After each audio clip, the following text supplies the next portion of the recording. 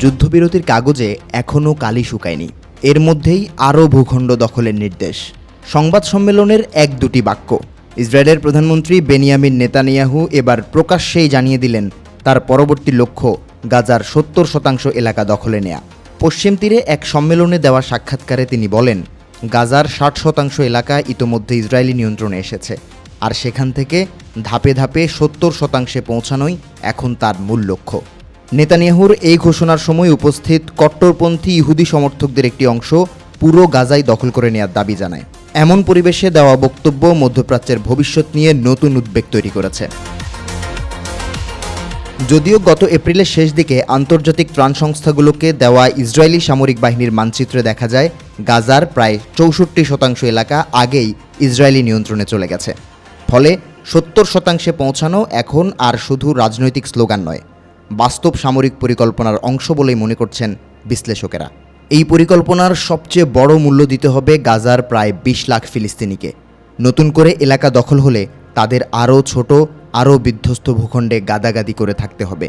যুদ্ধ, ক্ষুধা আর বাস্তুচ্যুতির সঙ্গে যুক্ত হবে বাসযোগ্য জায়গার সংকট। পরিস্থিতিকে আরও জটিল করে তুলেছে ২০২৫ সালের অক্টোবরে যুক্তরাষ্ট্রের মধ্যস্থতায় হওয়া যুদ্ধবিরতি চুক্তি।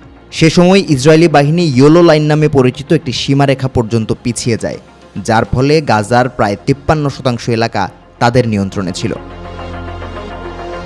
কিন্তু হামাসের অভিযোগ, ইসরায়েল এখন সেই সীমারেখা অতিক্রম করে যুদ্ধবিরতি চুক্তি প্রকাশ্যে লঙ্ঘন করছে এবং নতুন বাস্তবতা চাপিয়ে দিতে চাইছে। চুক্তি বাস্তবায়নের দায়িত্বে থাকা বুলগেরীয় কূটনীতিক নিকোলাই মলাদেনভও সতর্ক করেছেন। তার ভাষায়, অগ্রগতি না হলে এই ইয়েলো লাইন একসময় স্থায়ী সীমানা প্রাচীরে পরিণত হতে পারে, অর্থাৎ গাজা কার্যত চিরস্থায়ীভাবে বিভক্ত হয়ে পড়তে পারে। এরই মধ্যে যুদ্ধবিরতি কার্যকর থাকার পরও ইসরায়েলি হামলায় ৮৫০ জনের বেশি ফিলিস্তিনি নিহত হয়েছেন বলে জানিয়েছে গাজার জনস্বাস্থ্য মন্ত্রণালয়। হামাসের শীর্ষ সামরিক নেতা ইজ আল-দিন আল-হাদ্দাদ এবং তার উত্তরসূরিও ইসরায়েলি হামলায় নিহত হয়েছেন।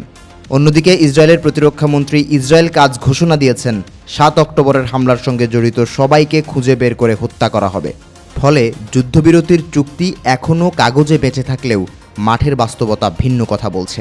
আন্তর্জাতিক বাহিনী মোতায়েন, হামাসের নিরস্ত্রীকরণ কিংবা ইসরায়েলি সেনা প্রত্যাহার, কোনো ক্ষেত্রেই দৃশ্যমান অগ্রগতি নেই।